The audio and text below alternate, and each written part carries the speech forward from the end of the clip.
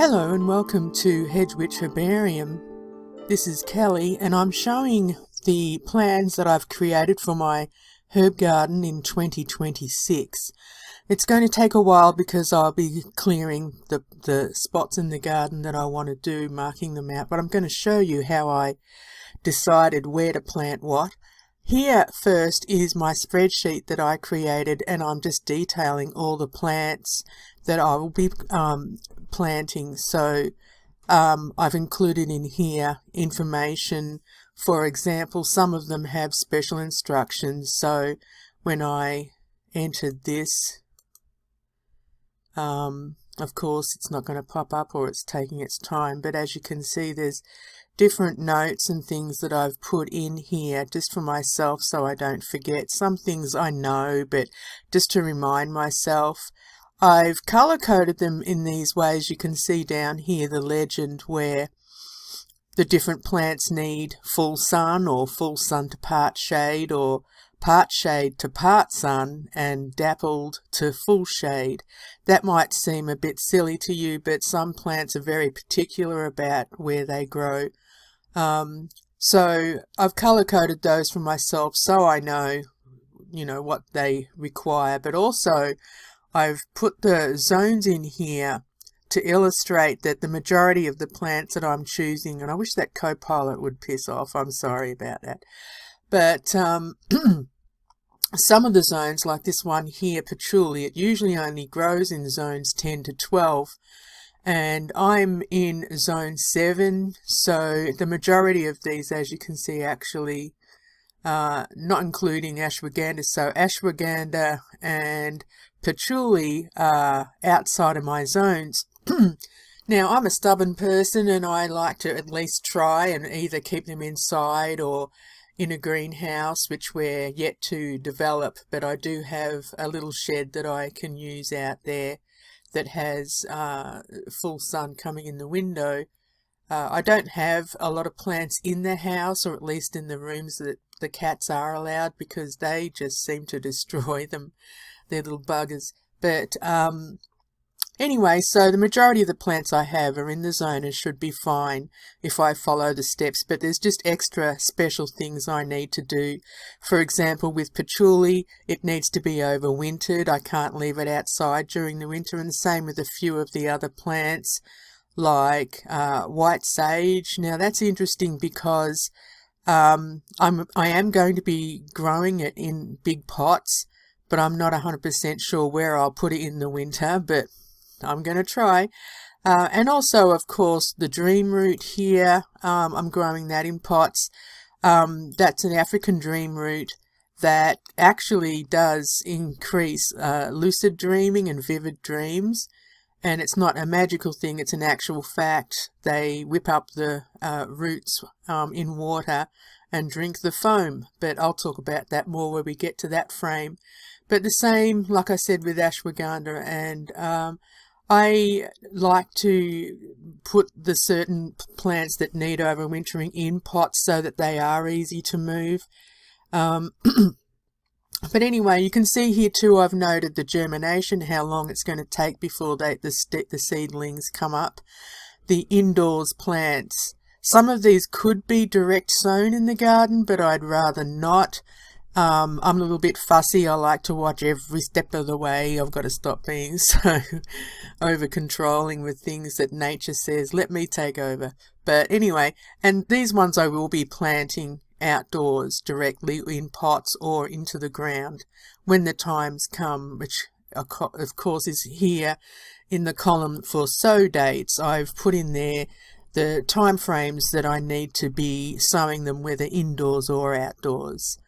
I've also got here this column here, trans, which means when I will be, that these plants will need to be transplanted or put outside, whether in pots or in the ground. The sand means that some of them require sand mixed into the soil, or full sand in the propagation process. Scar means scarification, so some seeds need to be using sandpaper scarified so that the the plant can burst through the hard seed cell. Strat means stratification, so some plants need warm, cold, moist, or just warm. Let me start again. Stratification means that the seeds need to go through some conditioning just to mimic nature. So some need to be cold and in the fridge, which is cold stratification. Some need the soil that they're in their little baggies to be wet, so that's moist. And so it could be cold, moist, or warm, moist, whether it's in your drawers to keep them warm or swapping them out in the fridge. So that's what that means. And of course pots, they're the ones I'm going to be growing in pots. DTH means days to harvest, but some of them are years, as you can see, and you might be thinking, what's the point? But I'm patient, and even if there are some, like for example 8 years for Witchhazel to mature to be able to make medicine from, I'm assuming I'll still be here and will be able to harvest it, but also to leave behind for whoever ends up living here in the future, hopefully a long way off. But anyway, that's just given me an idea when I can harvest. A lot of this growing is just for the pleasure of it, but some of it is for medicinal and ritual and culinary and even cosmetic purposes. In these columns here I've got whether they're a perennial plant. I prefer perennials so I don't have to keep planting them every year. This one here, for example, Ashwagandha, actually grows for a year. I think it can be longer depending on how you treat it. And then you've got the biannual plants that will come up the second year, but they will need to be re-sown the third year. I've got my comments here. I'm not going to read them through, but just for myself so I know when to do what, and other notes that might be special instructions or other things like soaking seeds in water before sowing them and so on. So this is the plan, and I'm sharing this to give you an idea how I do it, but also how you might be able to do it. It's a lot of research, but once you've got all the information, you can use it year after year and just change the dates to suit yourself. So the rest of the video is going to be sharing all these plants and different things about it and where I'll be placing it into the garden and why I'm growing it, whether it's the ritual use, culinary or medicinal or so on. So I'll see you soon. So this is the first plant in the video I'm showing you. It's called Angelica, and the scientific name is Angelica archangelica.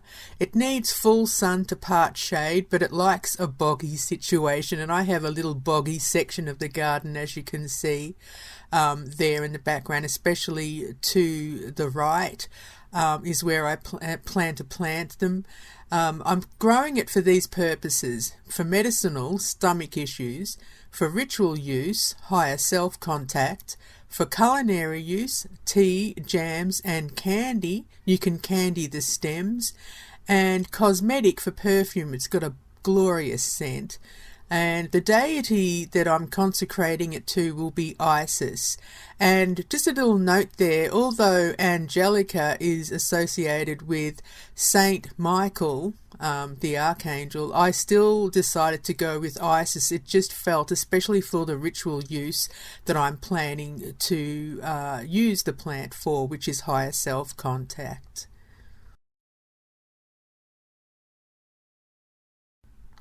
So now we're moving on to the next plant, Anise Hyssop, and the scientific name is Agastache funiculum, and it needs full sun to part shade. I'm planning to plant it pretty much where you can see the image of the plant there. And the reasons I'm growing it is for the medicinal side, which is for depression; ritual use, it repels negativity; and culinary, it makes a gorgeous tea; and cosmetic, for skincare. And the deity I'm consecrating it to will be Hecate. And I'm also going to be growing ashwagandha. and the scientific name is Withania somnifera. It needs full sun to part shade.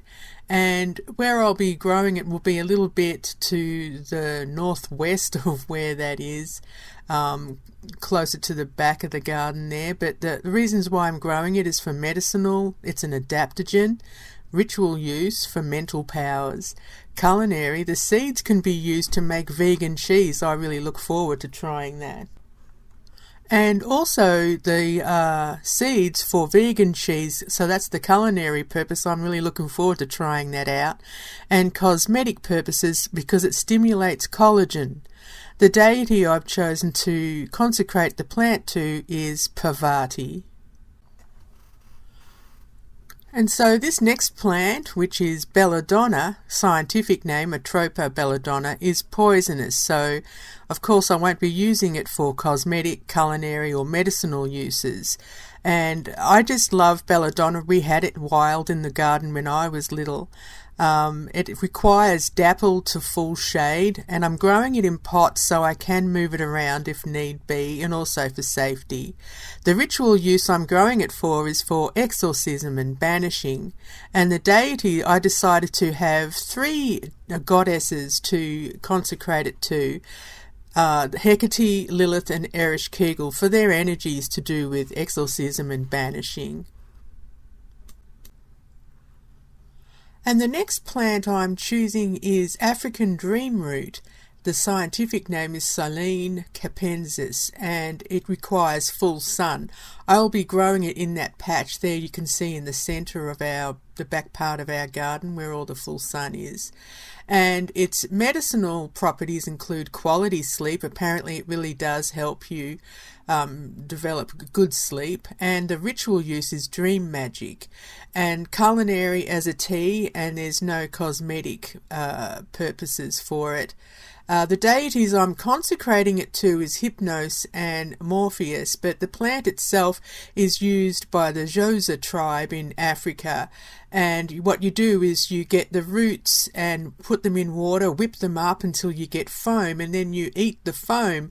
And apparently it really does help with lucid dreaming and vivid dreams and good quality sleep, like I said. So I'm looking forward to that. So the next on the list is Echinacea, scientific name Echinacea purpurea, and it requires full sun, so I'm thinking of planting it over to the far right there where that section is, under the pecan tree. Its medicinal use is what I'm growing it for, immunity. It's only really effective the first few days of feeling an illness coming on. But the ritual use for enhancing creativity as a culinary tea, and cosmetic for hair growth. I didn't know that about this, but I thought I would make a mask out of it and see how it goes. And the deity will be Ixchel. And this is a herb that's really close to my heart, and I just love the look of the flowers. So I'll be looking forward to that pop of colour in the garden, because the majority of the plants I'm growing are really just for medicinal or ritual use. But I do love the aesthetics that this plant provides. So the next plant on the list is American ginseng, scientific name Panax quinquefolius. It requires dapple to full shade, and I'll be planting it to the middle and to the actual right in the back of this picture where the maple, we've got silver maples there, and ginseng likes to grow under maples apparently. I'm using it for medicinal purpose, for all encompassing as a tonic, ritual use for healing, culinary and chai tea and infused honey, and cosmetic as a facial cleanser. The deity I will be consecrating the plant to is Kununos, seeing as he is the god of the forest, and since it was all encompassing and all about healing, it just felt right to me. And I haven't had success with ginseng in the past, but we're going to see how we go for this next season. Hawthorn's another one I'm growing. It takes up to 8 to 10 years to mature for herbal reasons, but I'm going to be planting it right to the far right of this picture along the property line. The scientific name is Crataegus monogyna, and it requires full sun to part shade. The medicinal purposes I'm going to be growing it for will be cardiovascular. Again, I won't be able to harvest for years, so I'll continue buying my Hawthorn berries from the Mountain Rose group that I can't even remember the name, Mountain Rose herbs. The ritual use will be fairy magic, and culinary use will be jams and tea. And I also make decoctions for the heart medicine. Cosmetic anti-aging creams, that'll be interesting. And the deity will be Titania. And then Henbane. It's poisonous, so I'll be growing it in pots. The scientific name is Hyoscyamus niger, and it requires full sun to part shade.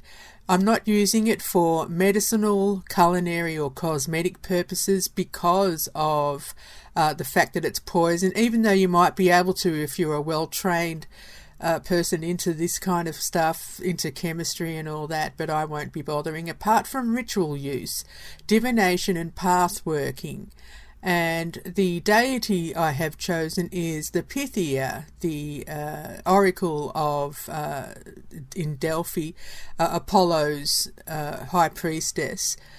So she's to do a lot of divination and stuff, and I love doing those kind of rituals, which I will share on the channel in the future.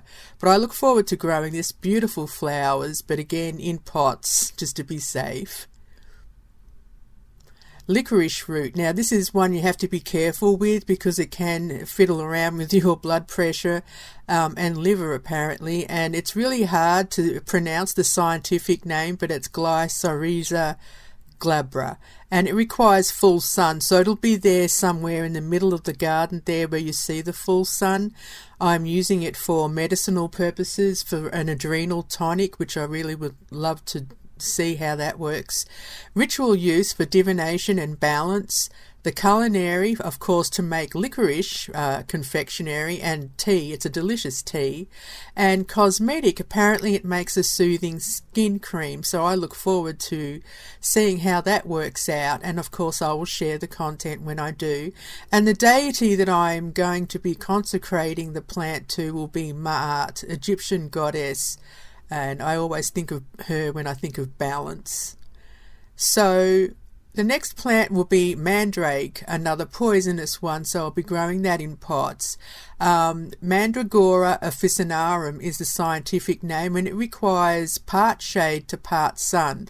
I'll be growing it in the back corner there to the right of my garden. And I was thinking I might not even do it in pots. I might end up just doing a little rockery so it's sort of up and away. It requires almost mesic soils, dry, not for medicinal, culinary or cosmetic purposes for obvious reasons, but I will be using it ritually for love and lust. And again, these three goddesses who I just adore, that I will be consecrating the plant to will be Hecate, Lilith and Ereshkigal. I often turn to these people for their dark energies to help me through the darkness, but they're also beautiful goddesses for love. And I'll be growing marshmallow as well. So marshmallow is, the scientific name is Althea officinalis, and it requires full sun to part shade, but it likes a boggy area. So this is looking from towards the other direction, and I'll be growing it in that little section towards the right there where those bushes are. For medicinal purposes, coughs and colds. The ritual use, protection and psychic powers. Culinary, marshmallows that the Egyptians used to make their form of marshmallow back in the day, as well as tea. And cosmetic, for skincare creams, that will be interesting. The deity I chose is Kuan Yin. I always think of her when I'm dealing with marshmallow. It's just a beautiful soft energy, and just the idea of peace as well, which I think goes along with protection. And the next plant I've decided to do, which I've done before, is Mugwort. The scientific name is Artemisia vulgaris, and it requires full sun to part shade, so I'm thinking of doing it pretty much just a little to the right of where that picture is in the garden. The medicinal properties as a foot soak, ritual use for astral projection, culinary as a tea, but you have to take it in small doses. It can be quite intense in terms of flavour, but also it can be an irritant, I found anyway. Cosmetic for an itch relief salve, which is sort of ironic because it can sort of irritate you if you're drinking too much of it, but I'm really looking forward to seeing how that works out, you know, when you get itchy ankles when you're trying to sleep, to strange things like that. And the goddess I'm going to be consecrating it to will be Orion Rod, in alignment with astral projection. The next plant I'll be growing is Patchouli, and it's not in my zone, but I'm going to try, and growing it in pots as well. Pogostemon cablin, and it needs part shade to part sun. It requires moist and dark places as well, so that'll be interesting. The medicinal reason is for a foot soak, ritual use, peace and spirituality, culinary use as a seasoning, that'll be interesting, and cosmetic, of course, as a perfume and in skin creams. The deities will be Aphrodite and Persephone, who I'll be consecrating the plant to. You need to avoid using it if you have skin allergies because it can cause irritations. It's a hippie favourite, but I just love the true scent of patchouli. When you smell it, you know that the manufactured chemical ones you get in the store are just disgusting. But I just love patchouli. I'll be looking forward to see how this goes. The next one is Schisandra, and the scientific name is Schisandra chonensis. It requires dapple to full shade, so I'm growing it in the middle there. You can see in the middle of the picture there, that's where I'll be growing. Apparently it grows along the ground and then all of a sudden shoots up. You don't have to put it on a trellis. The medicinal uses for a liver tonic and adaptogen, ritual use for balance and harmony, culinary for tea, juices and syrups, and cosmetic for sensitive skin creams. The deity I'll be consecrating it to will be Buddha. And while we're at it, I'd just like to say please consider subscribing and liking the video. I would really appreciate it, because I'll be sharing a lot more content, including the planting in the garden and the propagation and the growing and then the harvesting and all that jazz, as well as the products that I'll be selling next year. So we'll see how that all goes. The next plant is Skullcap, scientific name Scutellaria lateriflora. It requires full sun to part shade. I've grown it in pots before, but I'm going to see how it goes directly, well, not direct sown, but transplanted into the garden somewhere there along the back of the image, just after where the sun is. The medicinal uses for stress and anxiety, ritual use for love and compassion, culinary as a tea, and also in an infused honey. I'd like to try that. And cosmetic purposes for skin care. I am going to be making different skin creams and ointments and salves and things out of the herbs I grow next year. The deity I will be consecrating the plant to will be Kuan Yin. I do have a soft spot in my heart for her. I always think of her when I'm writing. It's just interesting. I do have Chinese, one of the many backgrounds I have, so I look forward to growing this again.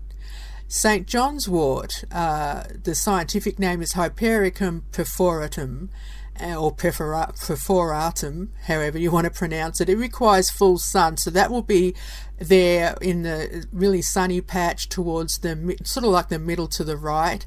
I'm growing it for medicinal properties, for depression. Sometimes I deal with that. Ritual use, prophetic dreams. Culinary as a tea.